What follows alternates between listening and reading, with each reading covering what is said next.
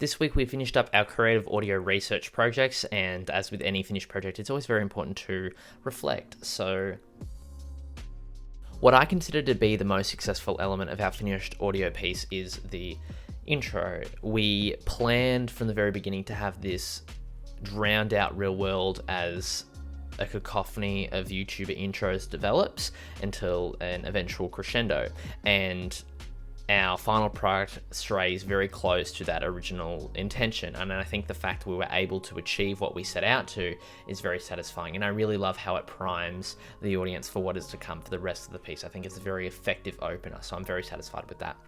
I would then say the most problematic element would be the midsection. We had a very clear idea for the beginning and the ending, and then the middle was just everything else.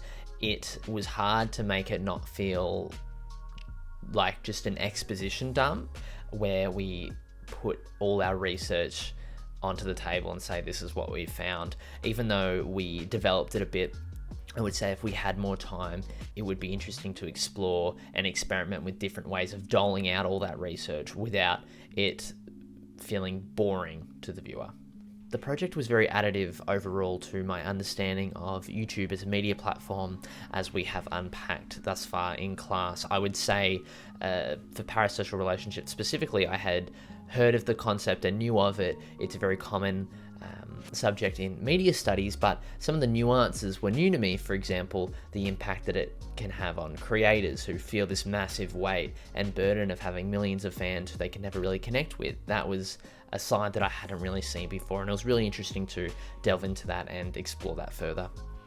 In terms of what I consider to be the single most important affordance of audio-based media, I would say that not everything has to be literal. You can use sound to convey meaning in a way that isn't just a true-to-life approximation of events. We did that a little in our intro, where it's not meant to be heard as a person watching 60 different YouTube videos at once until they shut their laptop or something like that. It's meant to represent this feeling of being overwhelmed by content, of being so drawn into this parasocial relationship that that's all you hear. You don't hear the outside world as it gets muffled and muffled. That's obviously not a literal rendering of reality. It's more metaphorical, and I think using sound in a way that is a bit more experimental is more engaging, and I think it challenges you a bit cognitively when you're listening to it, and I think that is a very special property of sound that we try to explore, and is certainly something I would like to push further in the future. The most important thing I learned about the process of collaboration was the need to compromise. Initially, we had an idea to look into and discuss YouTube Shorts, but every single one of us had a different angle on it, and so it devolved into this sort of conversation where someone would share their idea and then the other person would hear it and recognize it, but suggest that maybe we push it this way. And it was just this back and forth that wasn't really going anywhere. And obviously for me as well, coming from a background of predominantly doing things myself, I did find it difficult to ensure that I was listening to everyone and not going head first and saying this is how we're doing it. And I think learning to compromise and learning to be willing to hear other people's ideas and run with them was a very important skill that I will continue to develop throughout my collaboration journey.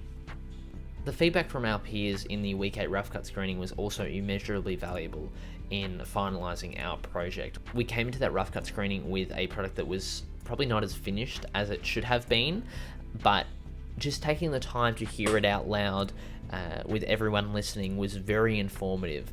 When you're editing something, you can get caught up in little sections and you're doing sections at a time, but when you have to sit and listen to the whole piece with an active audience, it redefines how you're viewing everything. In doing so, we realized how dry that middle section was without any music or any other sounds beyond just our narration and some clips. And so hearing that was a bit of a jolt to us to realize that we need more in that section.